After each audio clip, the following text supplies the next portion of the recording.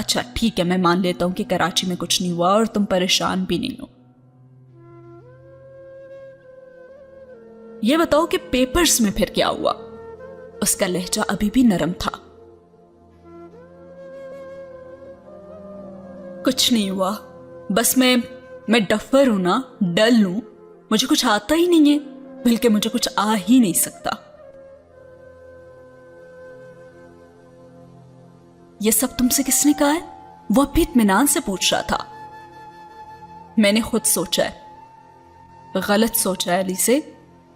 نہیں، بالکل ٹھیک سوچا ہے میں نے. کم آن یار، ایک ٹیسٹ میں ہونے والی ناکامی تمہارے لیے اتنی بڑی چیز بن گئی ہے کیا؟ اور وہ جواب میں کچھ نہیں بول سکی اور عمر کو اچانک احساس ہوا کہ شاید وہ رو رہی ہے، اور پارک میں اندھیرا اتنا بڑھ چکا تھا کہ وہ اس کے چہرے پر پھیلنے والی نمی کو نہیں دیکھ سکتا تھا، اور وہ شاید اس بات کا فائدہ اٹھاتے ہوئے بے آواز رو بھی رہی تھی. آنسو بہانے کے بجائے تم اپنے پرابلمز کو حل کرنے کی کوشش کیوں نہیں کرتی؟ میں نہیں کر سکتی، میں کچھ بھی نہیں کر سکتی. میرا کوئی فائدہ ہی نہیں ہے، نہ خود کو نہ کسی دوسرے کو. اور ہاں، نانو ٹھیک ہی کہتی ہیں نا، میں ہمیشہ دوسروں کے سامنے ان کی بے عزتی کا باعث بنتی ہوں. اور اب میں نے سوچ لیا کہ اب میں کچھ نہیں کروں گی، بلکہ میں کالج بھی نہیں جاؤں گی. اور اب وہ بچوں کی طرح بلکتے ہوئے کہہ رہی تھی.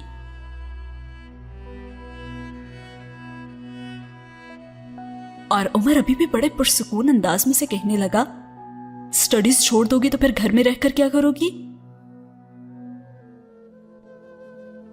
کچھ بھی نہیں کروں گی، میں اپنی ساری پینٹنگز کو جلاؤں گی، پھر کرسٹی کو ماروں گی اور پھر خود بھی مر جاؤں گی.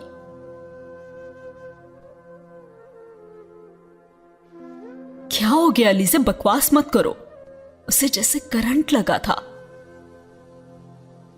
آپ دیکھیے گا، میں ایسا ہی کروں گی. ہاں، میرے ہونے یا نہ ہونے سے کسی کو کوئی فرق نہیں پڑتا نا، تو پھر بہتر ہے نا کہ میں نہ ہی رہوں.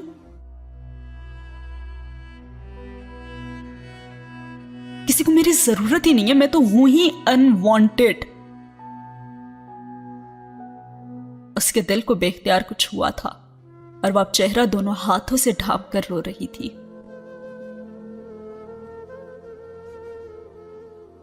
اور عمر کہنے لگا، علیزے، میں تمہاری پرواہ کرتا ہوں، مجھے ضرورت ہے تمہاری.